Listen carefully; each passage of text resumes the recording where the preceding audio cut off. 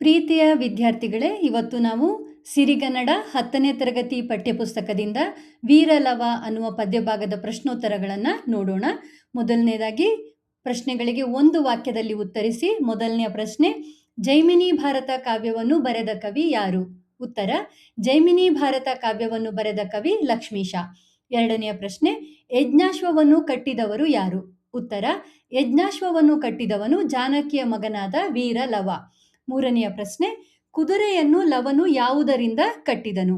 ಉತ್ತರ, ಲವನು ಕುದುರೆಯನ್ನು ತನ್ನ ಉತ್ತರೀಯದಿಂದ ಕಟ್ಟಿದನು. ನಾಲ್ಕನೆಯ ಪ್ರಶ್ನೆ, ಮುನಿಸುತರು ಹೆದರಲು ಕಾರಣವೇನು? ಉತ್ತರ, ಲವನು ಅರಸರ ಯಜ್ಞಾಶ್ವವನ್ನು ಕಟ್ಟಿದ್ದರಿಂದ ಅರಸರು ತಮ್ಮನ್ನು ಬಡಿಯುವರೆಂದು ಮುನಿಸುತರು ಹೆದರಿದರು. ಮುಂದೆ ಕೊಟ್ಟಿರುವ ಪ್ರಶ್ನೆಗಳಿಗೆ 2-3 ವಾಕ್ಯಗಳಲ್ಲಿ ಉತ್ತರಿಸಿ.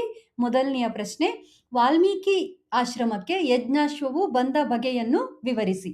ಉತ್ತರ, ವೀರರಾದ ರಾಜರುಗಳು ಸಹ ಕೇವಲ ಶ್ರೀರಾಮನ ಹೆಸರನ್ನು ಕೇಳಿಯೇ ಅವನ ಯಜ್ಞಾಶ್ವವನ್ನು ತಡೆಯಲು ಅಂಜಿ ನಮಸ್ಕರಿಸಿ ಕಪ್ಪ ಕಾಣಿಕೆಗಳನ್ನು ಸಲ್ಲಿಸಿದರು. ಆ ಯಜ್ಞಾಶ್ವವು ಭೂಮಿಯಲ್ಲೆಲ್ಲ ಸಂಚರಿಸುತ್ತಾ ವಾಲ್ಮೀಕಿ ಮುನಿಗಳ ಆಶ್ರಮದ ಬಳಿಗೆ ಬಂದಿತು. ಆಶ್ರಮದ ಉಪವನದಲ್ಲಿ ಬೆಳೆದ ಹಸಿರು ಹುಲ್ಲಿಗೆ ಆಸೆಪಟ್ಟ ಯಜ್ಞಾಶ್ವವು ಉಪವನವನ್ನು ರಭಸವಾಗಿ ಪ್ರವೇಶಿಸಿ ತುಳಿದು ಹಾಳು ಮಾಡತೊಡಗಿತು. ಎರಡನೆಯ ಪ್ರಶ್ನೆ, ಯಜ್ಞಾಶ್ವದ ಹಣೆಯಲ್ಲಿದ್ದ ಪಟ್ಟಿಯಲ್ಲಿ ಏನೆಂದು ಬರೆಯಲಾಗಿತ್ತು? ಉತ್ತರ, ಶ್ರೀರಾಮನ ಯಜ್ಞಾಶ್ವವು ಭೂಮಂಡಲವನ್ನೆಲ್ಲ ಸಂಚರಿಸುತ್ತಾ ಕೊನೆಗೆ ವಾಲ್ಮೀಕಿ ಮುನಿಗಳ ಆಶ್ರಮದ ಉಪವನವನ್ನು ಪ್ರವೇಶಿಸಿತು. ಆ ಯಜ್ಞಾಶ್ವದ ಹಣೆಯಲ್ಲಿದ್ದ ಪಟ್ಟಿಯಲ್ಲಿ, ಈ ಭೂಮಂಡಲದಲ್ಲಿ ಕೌಸಲ್ಯ ಕುಮಾರನಾದ ರಾಮನೊಬ್ಬನೇ ವೀರ, ಇದು ಅವನ ಯಜ್ಞ ಕುದುರೆ, ಇದನ್ನು ತಡೆಯುವ ಸಾಮರ್ಥ್ಯವುಳ್ಳವರು ಯಾರೇ ಆದರೂ ತಡೆಯಲಿ ಎಂದು ಬರೆಯಲಾಗಿತ್ತು.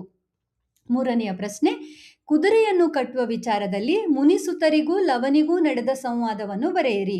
ಉತ್ತರ, ಯಜ್ಞಾಶ್ವದ ಹಣೆಯಲ್ಲಿ ಇದ್ದ ಪಟ್ಟಿಯಲ್ಲಿ ವೀರರಾದವರು ತಡೆಯಲಿ ಎಂದು ಬರೆದಿದ್ದರಿಂದ ಲವನು ಅದನ್ನು ಕಟ್ಟಿಹಾಕಿದನು. ಮುನಿಸುತರು ಹೆದರಿ ಅರಸನ ಕುದುರೆಯನ್ನು ಬಿಟ್ಟು ಬಿಡು, ಅವರು ನಮ್ಮನ್ನು ಬಡಿಯುವರು ಎಂದರು. ಆಗ ಲವನು ನಗುತ್ತಾ, ಬ್ರಾಹ್ಮಣರ ಮಕ್ಕಳು ಅಂಜಿದರೆ ಜಾನಕಿಯ ಮಗನು ಇದಕ್ಕೆ ಬೆದರುವನೇ, ನೀವು ಹೋಗಿ ಎಂದು ಬಿಲ್ಲನ್ನು ಜೇಗೆಯುತ್ತಾ ಶೌರ್ಯದಿಂದ ಹೇಳಿದನು. ಕೊಟ್ಟಿರುವ ಪ್ರಶ್ನೆಗಳಿಗೆ 8-10 ವಾಕ್ಯಗಳಲ್ಲಿ ಉತ್ತರಿಸಿ. ಮೊದಲನೇ ಪ್ರಶ್ನೆ, ಲವನು ಯಜ್ಞಾಶ್ವವನ್ನು ಕಟ್ಟಲು ಕಾರಣವೇನು? ಉತ್ತರ, ಶ್ರೀರಾಮನ ಯಜ್ಞಾಶ್ವವು ಭೂಮಂಡಲದಲ್ಲೆಲ್ಲ ಸಂಚರಿಸುತ್ತಾ ವಾಲ್ಮೀಕಿ ಮುನಿಗಳ ಆಶ್ರಮದ ಉಪವನವನ್ನು ಹೊಕ್ಕು ಅದನ್ನು ತುಳಿದು ಹಾಳು ಮಾಡತೊಡಗಿತು. ವಾಲ್ಮೀಕಿ ಮುನಿಗಳು ಆಶ್ರಮದಲ್ಲಿರದ ಕಾರಣ ಆಶ್ರಮದ ಜವಾಬ್ದಾರಿ ಲವನದ್ದಾಗಿತ್ತು. ಆ ಯಜ್ಞಾಶ್ವದ ಹಣೆಯಲ್ಲಿದ್ದ ಪಟ್ಟಿಯಲ್ಲಿ, ಈ ಭೂಮಂಡಲದಲ್ಲಿ ಕೌಸಲ್ಯೆಯ ಕುಮಾರನಾದ ರಾಮನೊಬ್ಬನೇ ವೀರ, ಇದು ಅವನ ಯಜ್ಞ ಕುದುರೆ, ಇದನ್ನು ತಡೆಯುವ ಸಾಮರ್ಥ್ಯವುಳ್ಳವರು ಯಾರೇ ಆದರೂ ತಡೆಯಲಿ ಎಂದು ಬರೆಯಲಾಗಿತ್ತು. ಲವನಿಗೆ ತನ್ನ ತಾಯಿ ಜಾನಕಿಯ ಮೇಲೆ ಅಪಾರ ಗೌರವವಿತ್ತು. ಆದ್ದರಿಂದ ಕೌಸಲ್ಯೆಯ ಕುಮಾರನಾದ ರಾಮನೊಬ್ಬನೇ ವೀರನೆಂಬ ಗರ್ವವನ್ನು ಬಿಡಿಸಲೇಬೇಕೆಂದು ನಿಶ್ಚಯಿಸಿದನು. ಇಷ್ಟು ತೋಳ್ಬಲವನ್ನು ಹೊಂದಿಯೂ ಕುದುರೆಯನ್ನು ಕಟ್ಟದಿದ್ದರೆ ತಾನು ಹೇಡಿಯಾಗುತ್ತೇನೆ, ಶೌರ್ಯವಿಲ್ಲದ ಮಗನನ್ನು ಹೆತ್ತ ತನ್ನ ತಾಯಿ ಬಂಜೆ ಎನಿಸಿಕೊಳ್ಳುವಳು ಎಂದುಕೊಂಡನು. ಆಶ್ರಮದಲ್ಲಿ ತನ್ನ ಜವಾಬ್ದಾರಿ ನಿರ್ವಹಿಸುವ ಸಲುವಾಗಿ ಮತ್ತು ಜಾನಕಿಯ ಮಗನಾದ ತನ್ನ ಸಾಮರ್ಥ್ಯವನ್ನು ತೋರಿಸುವ ಸಲುವಾಗಿ ಲವನು ಯಜ್ಞಾಶ್ವವನ್ನು ಕಟ್ಟಿಹಾಕಿದನು. ಲವನ ನಡವಳಿಕೆ ಮೆಚ್ಚುಗೆಯಾಯಿತೆ, ಏಕೆ? ಉತ್ತರ, ಹೌದು, ಲವನ ನಡವಳಿಕೆ ಮೆಚ್ಚುಗೆಯಾಯಿತು. ಲವನು ಮುನಿಗಳ ಆಶ್ರಮದಲ್ಲಿ ಬೆಳೆದಿದ್ದರೂ ಅವನಲ್ಲಿ ಕ್ಷತ್ರಿಯ ಸಹಜವಾದ ತೋಳ್ಬಲ ಮತ್ತು ಪರಾಕ್ರಮಗಳಿದ್ದವು. ವಾಲ್ಮೀಕಿ ಮಹರ್ಷಿಗಳು ಆಶ್ರಮದಲ್ಲಿರದ ಕಾರಣ ಆಶ್ರಮದ ಜವಾಬ್ದಾರಿ ಕೂಡ ಲವನದ್ದಾಗಿತ್ತು. ಆ ಯಜ್ಞಾಶ್ವದ ಹಣೆಯಲ್ಲಿದ್ದ ಪಟ್ಟಿಯಲ್ಲಿ, ಈ ಭೂಮಂಡಲದಲ್ಲಿ ಕೌಸಲ್ಯೆಯ ಮಗನಾದ ರಾಮನೊಬ್ಬನೇ ವೀರ, ಇದು ಅವನ ಯಜ್ಞ ಕುದುರೆ, ಇದನ್ನು ತಡೆಯುವ ಸಾಮರ್ಥ್ಯವುಳ್ಳವರು ಯಾರೇ ಆದರೂ ತಡೆಯಲಿ ಎಂದು ಬರೆಯಲಾಗಿತ್ತು. ಲವನಿಗೆ ಅವನ ತಾಯಿಯ ಮೇಲೆ ಅಪಾರ ಗೌರವವಿತ್ತು. ಕೌಸಲ್ಯೆಯ ಕುಮಾರನಾದ ರಾಮನೊಬ್ಬನೇ ವೀರನೆಂದು ಒಪ್ಪಿಕೊಂಡರೆ ಶೌರ್ಯವಿಲ್ಲದ ಮಗನನ್ನು ಹೆತ್ತ ತನ್ನ ತಾಯಿಯನ್ನು ಎಲ್ಲರೂ ಬಂಜೆ ಎನ್ನುವರು. ಆದ್ದರಿಂದ ತನ್ನ ತೋಳ್ಬಲವನ್ನು ತೋರಿಸಿ ರಾಮನ ಗರ್ವವನ್ನು ಅಡಗಿಸುತ್ತೇನೆ ಎಂದು ನಿಶ್ಚಯಿಸಿ ಕುದುರೆಯನ್ನು ಕಟ್ಟಿಹಾಕಿದನು. ಮುನಿಕುಮಾರರು ಅರಸರಿಗೆ ಹೆದರಿ ಕುದುರೆಯನ್ನು ಬಿಡುವಂತೆ ಹೇಳಿದರೂ ಕೇಳದ ಲವನು, ಬ್ರಾಹ್ಮಣರ ಮಕ್ಕಳು ಅಂಜುತ್ತಾರೆಂದರೆ ಜಾನಕಿಯ ಮಗನು ಅಂಜುವನೇ ಎನ್ನುತ್ತಾ ಧೈರ್ಯದಿಂದ ಬಿಲ್ಲನ್ನು ಜೇಗೈದನು. ಈ ರೀತಿಯ ಮಾತೃಪ್ರೇಮ, ಧೈರ್ಯ ಮತ್ತು ಕರ್ತವ್ಯ ಪ್ರಜ್ಞೆಗಳಿಂದಾಗಿ ಲವನ ನಡವಳಿಕೆ ಮೆಚ್ಚುಗೆಯಾಗುತ್ತದೆ. ಮುಂದೆ ಸಂದರ್ಭ ಸಹಿತ ಸ್ವಾರಸ್ಯವನ್ನು ವಿವರಿಸಿ. ಮೊದಲನೆಯ ಪ್ರಶ್ನೆ, ರಘುದ್ವಹನ ಸ್ವಲ್ಕೇಳಿ ನಮಿಸಲ್.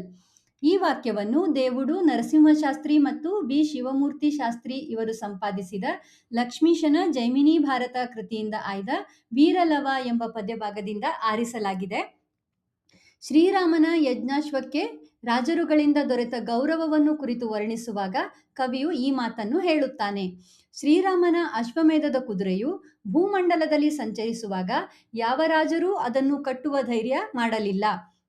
ಕೇವಲ ಶ್ರೀರಾಮನ ಹೆಸರನ್ನು ಕೇಳಿಯೇ ಪರಾಕ್ರಮಿಗಳಾದ ರಾಜರುಗಳು ನಮಸ್ಕರಿಸಿ ಕಪ್ಪ ಕಾಣಿಕೆಗಳನ್ನು ಕೊಟ್ಟು ಯಜ್ಞಾಶ್ವವು ಮುಂದೆ ಸಂಚರಿಸಲು ಅನುವು ಮಾಡಿಕೊಟ್ಟರು ಎನ್ನುವಾಗ ಕವಿ ರಘುದ್ವಹನ ಸ್ವಲ್ಕೇಳಿ ನಮಿಸಲ್ ಎಂದು ವರ್ಣಿಸುತ್ತಾನೆ. ಸ್ವಾರಸ್ಯ, ಶ್ರೀರಾಮನ ಯಜ್ಞಾಶ್ವವನ್ನು ಕಟ್ಟಲು ಯಾವ ರಾಜರೂ ಧೈರ್ಯ ಮಾಡದೆ ಇರುವುದನ್ನು ಈ ವಾಕ್ಯದಲ್ಲಿ ಸ್ವಾರಸ್ಯಪೂರ್ಣವಾಗಿ ವರ್ಣಿಸಲಾಗಿದೆ. ಮುಂದೆ, ತನ್ನ ಮಾತೆಯಂ ಸರ್ವಜನಮುಂ ಬಂಜೆಯನ್ನದಿರ್ದಪುದೆ.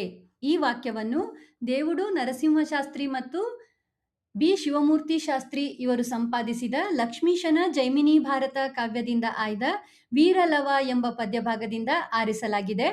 ಶ್ರೀರಾಮನ ಯಜ್ಞಾಶ್ವವನ್ನು ಕಟ್ಟುವ ಸಂದರ್ಭದಲ್ಲಿ ಲವನು ಈ ಮಾತನ್ನು ಹೇಳುವನು. ಶ್ರೀರಾಮನ ಯಜ್ಞಾಶ್ವದ ಹಣೆಯಲ್ಲಿದ್ದ ಪಟ್ಟಿಯಲ್ಲಿ ಈ ಭೂಮಂಡಲದಲ್ಲಿ ಕೌಸಲ್ಯೆಯ ಕುಮಾರನಾದ ರಾಮನೊಬ್ಬನೇ ವೀರ, ಇದು ಅವನ ಯಜ್ಞ ಕುದುರೆ, ಇದನ್ನು ತಡೆಯುವ ಸಾಮರ್ಥ್ಯವುಳ್ಳವರು ಯಾರೇ ಆದರೂ ತಡೆಯಲಿ ಎಂದು ಬರೆಯಲಾಗಿತ್ತು. ಇದನ್ನು ಓದಿ ಕೋಪಗೊಂಡ ಲವನು, ಕೌಸಲ್ಯೆಯ ಕುಮಾರನೊಬ್ಬನೇ ವೀರನೇ, ಅವನ ಗರ್ವವನ್ನು ಮುರಿಯದಿದ್ದರೆ ತನ್ನ ಮಾತೆಯಂ ಸರ್ವಜನಮುಂ ಬಂಜೆಯನ್ನದಿರ್ದಪುದೆ ಎನ್ನುವನು. ಸ್ವಾರಸ್ಯ, ಲವನಿಗೆ ತನ್ನ ತಾಯಿಯ ಮೇಲಿರುವ ಗೌರವ ಮತ್ತು ತಾನು ಹೇಡಿಯಾದರೆ ಎಲ್ಲರೂ ಆಕೆಯನ್ನು ಬಂಜೆ ಎನ್ನುವರು ಎನ್ನುವ ಕಾಳಜಿ ಈ ವಾಕ್ಯದಲ್ಲಿ ಸ್ವಾರಸ್ಯಪೂರ್ಣವಾಗಿ ವ್ಯಕ್ತವಾಗಿದೆ. ಮುಂದೆ, ಅರಸುಗಳ ವಾಜಿಯಂ ಬಿಡು. ಈ ವಾಕ್ಯವನ್ನು ದೇವುಡು ನರಸಿಂಹಶಾಸ್ತ್ರಿ ಮತ್ತು ಬಿ ಶಿವಮೂರ್ತಿ ಶಾಸ್ತ್ರಿ ಇವರು ಸಂಪಾದಿಸಿದ ಲಕ್ಷ್ಮೀಶನ ಜೈಮಿನಿ ಭಾರತ ಕಾವ್ಯದಿಂದ ಆಯ್ದ ವೀರಲವ ಎಂಬ ಪದ್ಯಭಾಗದಿಂದ ಆರಿಸಲಾಗಿದೆ.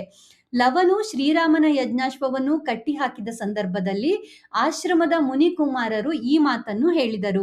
ಶ್ರೀರಾಮನ ಗರ್ವವನ್ನು ಮುರಿಯುವ ಸಲುವಾಗಿ ಹಾಗೂ ವೀರಪುತ್ರನೆನಿಸಿಕೊಂಡು ತನ್ನ ತಾಯಿಯ ಗೌರವವನ್ನು ಕಾಪಾಡುವ ಸಲುವಾಗಿ ಲವನು ಶ್ರೀರಾಮನ ಯಜ್ಞಾಶ್ವವನ್ನು ಕಟ್ಟಿಹಾಕಿದನು. ಇದನ್ನು ಕಂಡ ಮುನಿಕುಮಾರರು ಅರಸರು ತಮ್ಮನ್ನು ಬಡಿಯಬಹುದು ಎಂದು ಭಯಗೊಂಡು ಲವನಲ್ಲಿ ಅರಸುಗಳ ವಾಜಿಯಂಬಿಡು ಎಂದು ಬೇಡಿಕೊಂಡರು. ಸ್ವಾರಸ್ಯ, ಬ್ರಾಹ್ಮಣರಾದ ಮುನಿಕುಮಾರರಿಗೆ ಅರಸರ ಬಗ್ಗೆ ಇದ್ದ ಭಯವನ್ನು ಈ ವಾಕ್ಯದಲ್ಲಿ ಸ್ವಾರಸ್ಯಪೂರ್ಣವಾಗಿ ಹೇಳಲಾಗಿದೆ. ಮುಂದೆ, ಜಾನಕಿಯ ಮಗನಿದಕ್ಕೆ ಬೆದರುವನೆ. ಈ ವಾಕ್ಯವನ್ನು ದೇವುಡು ನರಸಿಂಹಶಾಸ್ತ್ರಿ ಮತ್ತು ಬಿ ಶಿವಮೂರ್ತಿ ಶಾಸ್ತ್ರಿ ಇವರು ಸಂಪಾದಿಸಿದ ಲಕ್ಷ್ಮೀಶನ ಜೈಮಿನಿ ಭಾರತ ಕಾವ್ಯದಿಂದ ಆಯ್ದ ವೀರಲವ ಎಂಬ ಪದ್ಯಭಾಗದಿಂದ ಆರಿಸಲಾಗಿದೆ. ಲವನು ಕಟ್ಟಿದ ಶ್ರೀರಾಮನ ಯಜ್ಞಾಶ್ವವನ್ನು ಬಿಟ್ಟು ಬಿಡುವಂತೆ ಮುನಿಕುಮಾರರು ಹೇಳಿದ ಸಂದರ್ಭದಲ್ಲಿ ಲವನು ಮುನಿಕುಮಾರರಿಗೆ ಈ ಮಾತನ್ನು ಹೇಳಿದನು. ಶ್ರೀರಾಮನ ಗರ್ವವನ್ನು ಮುರಿಯುವ ಸಲುವಾಗಿ ಲವನು ಅವನ ಯಜ್ಞಾಶ್ವವನ್ನು ಕಟ್ಟಿಹಾಕಿದನು. ಅರಸರು ತಮ್ಮನ್ನು ಬಡಿಯಬಹುದು ಎಂದು ಭಯಗೊಂಡ ಮುನಿಕುಮಾರರು ಲವನಲ್ಲಿ ಕುದುರೆಯನ್ನು ಬಿಟ್ಟು ಬಿಡುವಂತೆ ಕೇಳಿಕೊಂಡರು. ಆಗ ಲವನು, ಬ್ರಾಹ್ಮಣರ ಮಕ್ಕಳು ಅರಸರಿಗೆ ಹೆದರಬಹುದು, ಆದರೆ ಜಾನಕಿಯ ಮಗನಿದಕ್ಕೆ ಬೆದರುವನೇ ಎಂದು ಧೈರ್ಯದಿಂದ ನುಡಿದನು. ಸ್ವಾರಸ್ಯ, ಆಶ್ರಮದಲ್ಲಿ ಬೆಳೆದಿದ್ದರೂ ಲವನಲ್ಲಿದ್ದ ಕ್ಷತ್ರಿಯ ಸಹಜವಾದ ಶೌರ್ಯ ಧೈರ್ಯಗಳನ್ನು ಈ ವಾಕ್ಯದಲ್ಲಿ ಸ್ವಾರಸ್ಯಪೂರ್ಣವಾಗಿ ವಿವರಿಸಲಾಗಿದೆ. ಮುಂದೆ, ಇಲ್ಲಿ ಹೊಂದಿಸಿ ಬರೆಯಿರಿ ಕೊಟ್ಟಿದ್ದಾರೆ. ಅ ಪಟ್ಟಿ ಮತ್ತೆ ಆ ಪಟ್ಟಿಯಲ್ಲಿದೆ. ಉತ್ತರವನ್ನ ಕೊನೆಯ ಪಟ್ಟಿಯಲ್ಲಿ ನಾನು ಕೊಟ್ಟಿದ್ದೀನಿ. ಇಲ್ಲಿ ದೇವನೂರು ಅಂದ್ರೆ ಲಕ್ಷ್ಮೀಶನ ಜನ್ಮಸ್ಥಳ, ಕೌಸಲ್ಯೆ ಶ್ರೀರಾಮನ ತಾಯಿ, ವರುಣ ಅಂದ್ರೆ ಅಬ್ಧಿಪ, ಮಳೆ ಕೂಡ ವರುಣನಿಗೆ ಸಂಬಂಧಪಟ್ಟಿದ್ದೆ, ಆದರೆ ಈ ಪಾಠಕ್ಕೆ ಸಂಬಂಧಪಟ್ಟಂತೆ ಅಬ್ಧಿಪ ಅನ್ನುವುದು ಸರಿಯಾದ ಉತ್ತರ. ವಾಲ್ಮೀಕಿ ಮುನಿ, ತುರಂಗ ಅಂದರೆ ಅಶ್ವ. ಈ ಪಾಠದ ಪ್ರಶ್ನೋತ್ತರಗಳು ನಿಮಗೆ ಉಪಯೋಗ ಆಯಿತು ಅಂದ್ಕೊಳ್ತೀನಿ. ಸಬ್ಸ್ಕ್ರೈಬ್ ಮಾಡೋದಕ್ಕೆ, ಶೇರ್ ಮಾಡೋದಕ್ಕೆ ಮರಿಬೇಡಿ. ಧನ್ಯವಾದಗಳು.